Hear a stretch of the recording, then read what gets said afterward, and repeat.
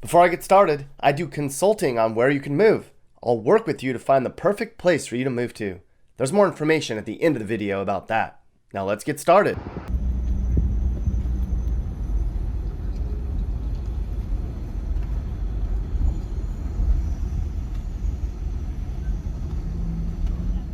This is Monterey County? Yeah, it is. This looks like shit. There's people laying around, and it feels really sketch. There's parts of Salinas that you think you were in Oakland, if you can believe it. It's too bad, because this place has so much history and all. But it's a big county, just 20 miles away, and it looks like this. A completely different world. This is the California Central Coast that you probably expect to see when you think of the California Central Coast. This is the part of California that makes it such a fantastic place.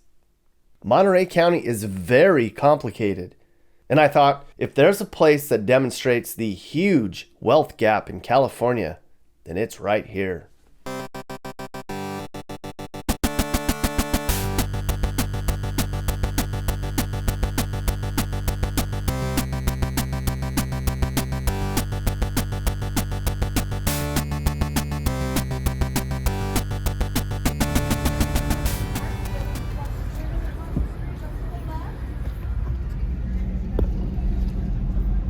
Cannery Row in Monterey is a poem, a stink, a grating noise, a dream. Here are iron and rust, splintered wood, chipped pavement, and weedy lots, junk heaps, restaurants, whorehouses, and flop houses. Its inhabitants are whores, pimps, gamblers, and sons of bitches. Well, this is one of the few places in California that got better. That sounds like Oakland now. We're here in today's Cannery Row. It's much nicer these days, as you can see.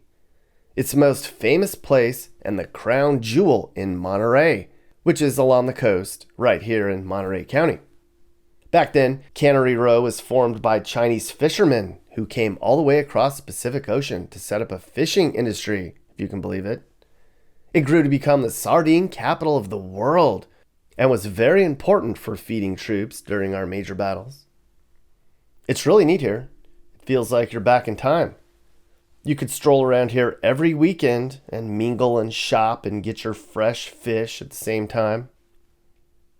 I drove through different parts of Monterey to see what it looks like here, and it's way different than what we'll see just 10 miles away in Salinas. Here's the old Fisherman's Wharf in Monterey. It too is a cherished gem from the past. There's cool little restaurants and, of course, lots of places to buy things. This is actually one of the few places in Monterey where you can buy souvenirs. I don't know if Monterey is just trying too hard to be elite, or maybe they just don't want to make it a total tourist trap, but I can say it does feel really peaceful here.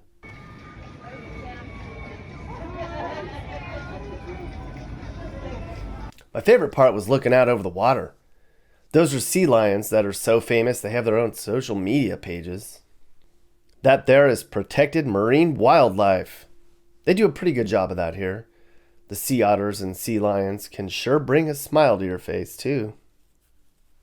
You can just imagine all the old tuna boats that used to pull in here. I hear the ocean's running out of tuna, so one day all the tuna we buy might be grown in fish farms. That sucks. Some people say that Monterey is what Santa Barbara used to look like 40 years ago. It's all very pretty, and as you can imagine, very expensive.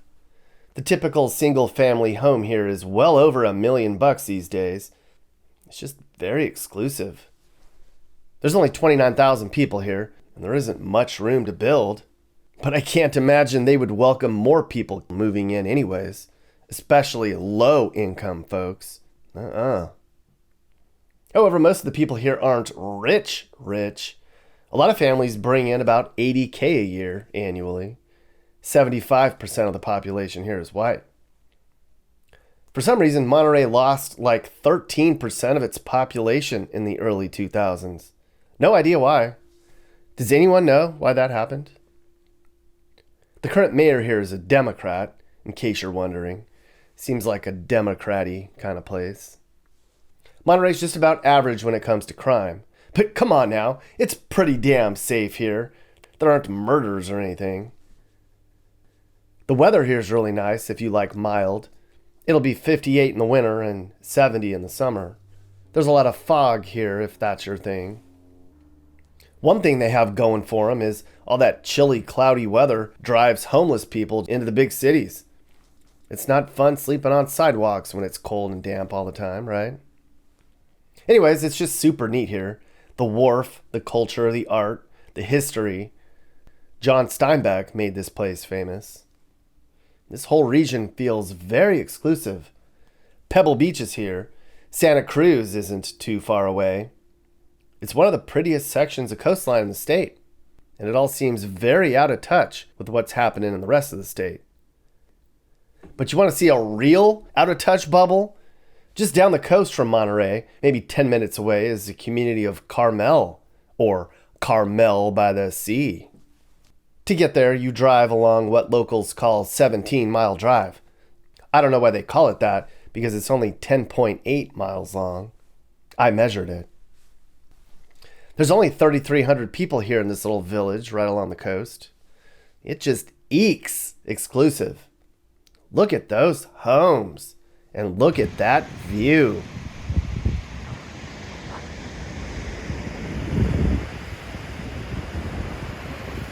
Way out here along the shoreline, you can forget where you are. Yes, you're in California, but it feels forever away from the hubbub and the racket and the ghetto and the desperate.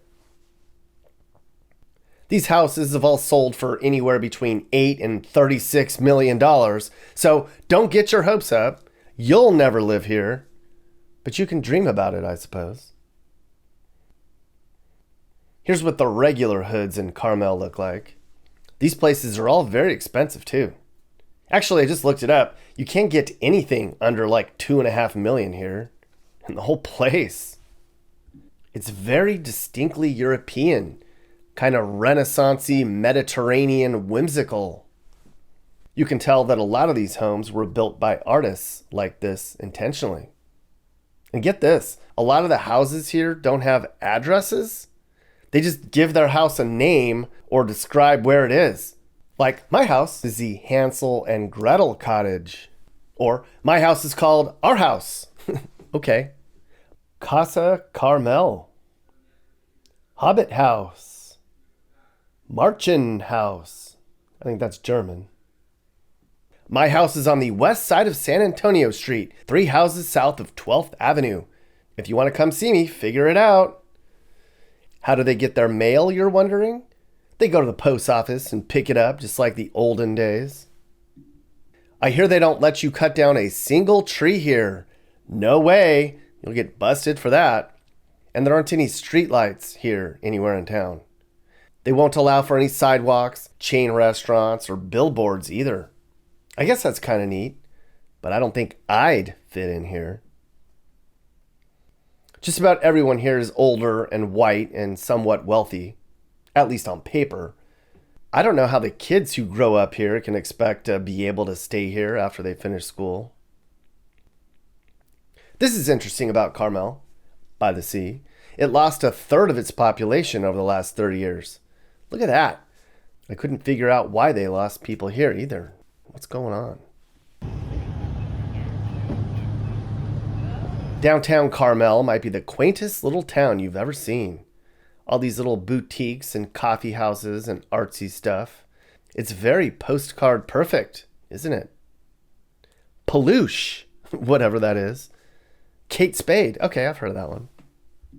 The day I was here, felt like there was a special event happening. Like some sort of fancy bus dropped off a bunch of well-dressed people with a good taste for the finer things in life. But I think it was just a regular old day. I guess Carmel has a law that you can't walk downtown with anything more than 2-inch heels. But I don't think they're going to stop you from doing that.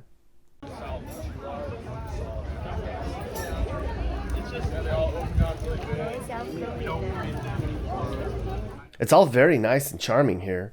A perfect little California village tucked away in a forest overlooking the sea. And you probably didn't even know anything about it, right? But I want to show you something. It's not like that over here in Salinas. No way. There's a big difference between the coastal elites and the poor farm workers inland.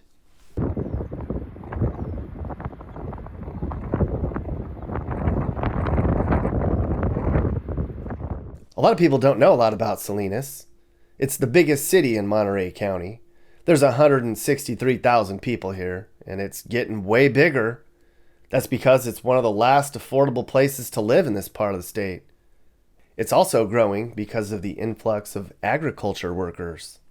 Salinas is on the edge of farmland. In fact, the Salinas Valley is called the salad bowl of the world. Every time you eat a salad, you're almost certainly eating something that came from or around Salinas. But not from this street. That would be gross. But as it stands, Salinas is a very rich farm town that relies on poor Mexican labor. This is Salinas' Chinatown. This part of town's always been immigrant friendly. It was built by Chinese merchants in 1893. It used to be safe here, but now it's a very bad, dangerous place. Salinas has developed a significant crime problem, and the homeless is spilled in here from all over the place. They wouldn't stand for this over in Monterey or Carmel, would they? There's street gangs here, lots of drug use. There's trash in a lot of areas. The tax base is eroded, and city services are always underfunded. And of course, you can see that there's homeless people all over the place. As I drive around and look at homeless stuff a lot, I always wonder, do these people even know what happiness is anymore? Do these people look forward to anything anymore?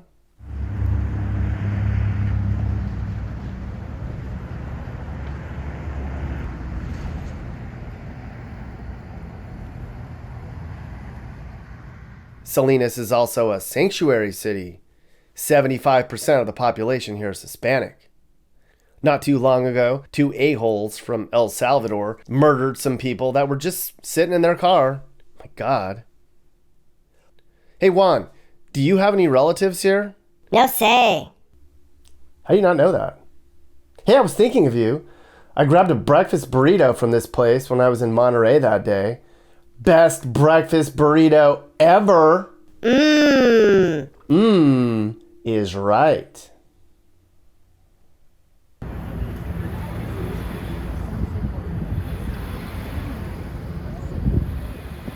You'll notice here in Salinas, everything is very brown and yellow and dirty. Earlier, everything was so green and blue and tidy. There's bad parts all over Salinas. This is East Alisal Street. It's where you see even more of Salinas' problems. There's been random shootings here a lot more lately. A couple was gunned down at a park on the east side of town, not too far from where we are right now. Some teenager blew another teen away a few months back, and a cop was killed while making a traffic stop. Some people say Props 47 and 57 are a big reason California criminals run wild. Prop 47 basically turned a lot of crimes into misdemeanors, and Prop 57 let a bunch of people out of jail. You can't keep law and order with laws like that, can ya? I guess during the day this side of town is safer and can be kind of fun and lively. It's like a quick trip to Mexico. But honestly, I think these people here try to keep the place nice. But the perps here won't have any of that. Here's some history. These tiny homes that we're looking at right now, these were all originally built for all the refugees that fled Oklahoma and Arkansas during the Depression.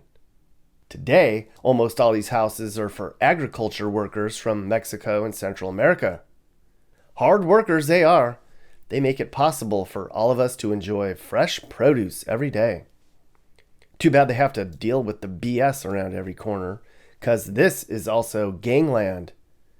I hear there's shootings on these streets all the time, and people have to hit the floor in their own living rooms, in case a random bullet hits you in the head. What the hell? Over here, you could get a house for about $500,000. I know. I couldn't believe it either. You get this for $500,000? I'm pretty sure most of these people are renting, though. Or they'd have to have like 10 people in there to be able to afford this.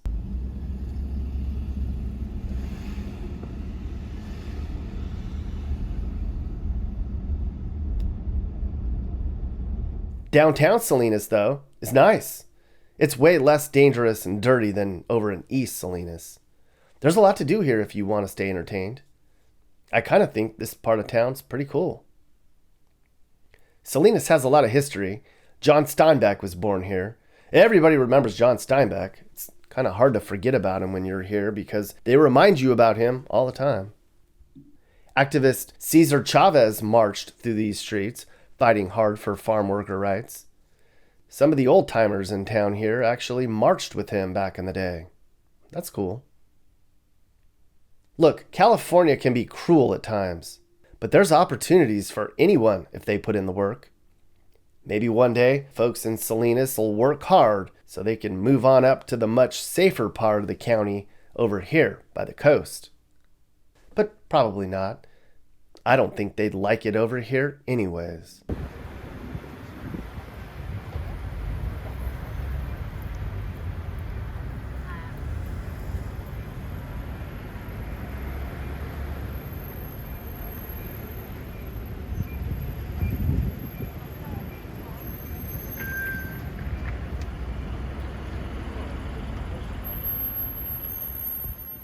Are you looking to move and need advice? I do consulting. That's right. I'll sit down and talk about where the next perfect place for you and your family should be. I do it all the time. Together, let's find you a new home that's safe and checks all your boxes. And I can also help you find your new house, too. Email me and I'll work with you on not just helping you figure out where to move, but I can help you find your perfect home, too. That's right. I know awesome, reliable agents all over the country. And I'd love to connect you to somebody who can help you search for that perfect home. Hey guys, if you learned something new about America or what it's like to live in America, great! You should think about subscribing and turning on your notifications. You can also click one of these videos or playlists for more. This is Sage, Nick's manager. This has been a Corner House Entertainment production.